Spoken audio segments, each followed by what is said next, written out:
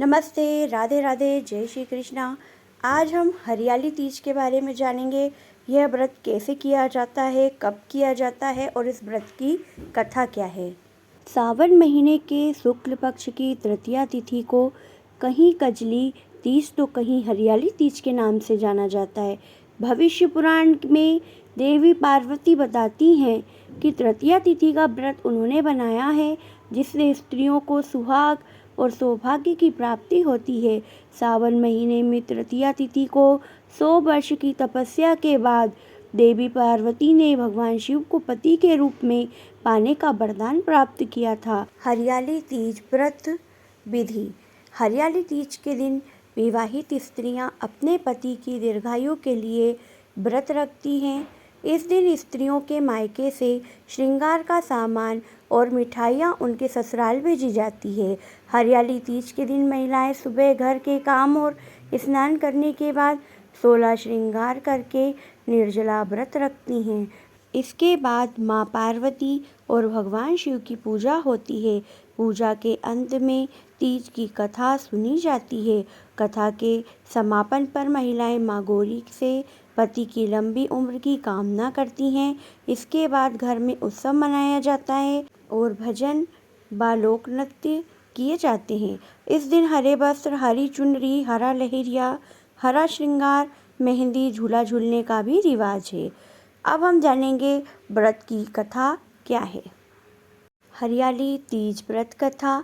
शिवजी ने पार्वती जी को उनके पूर्व जन्म का स्मरण कराने के लिए तीज की कथा सुनाई थी। शिवजी कहते हैं, हे पार्वती, तुमने हिमालय पर मुझे वर के रूप में पाने के लिए घोर तप किया था।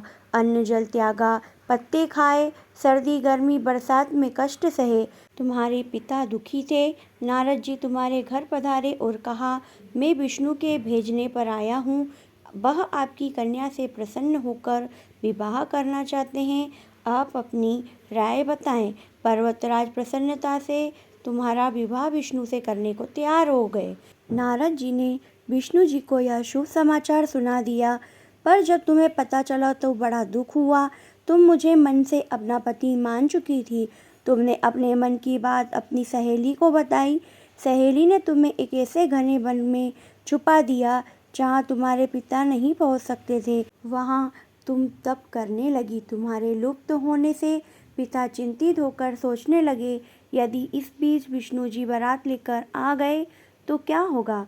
शिवजी ने आगे पार्वती जी से कहा, तुम्हारे पिता ने तुम्हारी खोज में धरती पाताल एक कर दिया, पर तुम न मिली। तुम गुफा में रेत से शिवलिंग बनाकर मेरी आराधना में लीन थी। प्रसन्न होकर मैंने मनोकामना पूरी करने का वचन दिया। तुम्हारे पिता खोजते हुए गुफा तक पहुँचे। तुमने बताया कि अधिकांश जीवन शिवजी को पति रूप में पाने के लिए तप में बिताया है। आज तप सफल रहा। शिवजी ने मेरा वरण कर लिया। मैं आपके साथ एक ही शर्त पर घर चलूंगी, यदि आप मेरा विवाह शिवजी से करने को राजी हो जाएं। पर्वतराज मान गए। बाद में विधि विधान के साथ हमारा विवाह किया गया।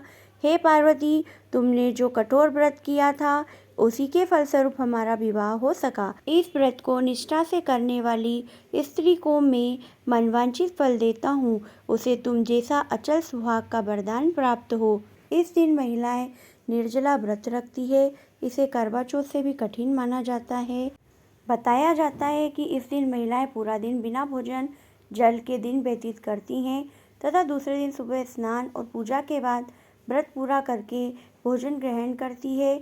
इसी वजह से इस व्रत को करवा चौथ से भी कठिन माना जाता है।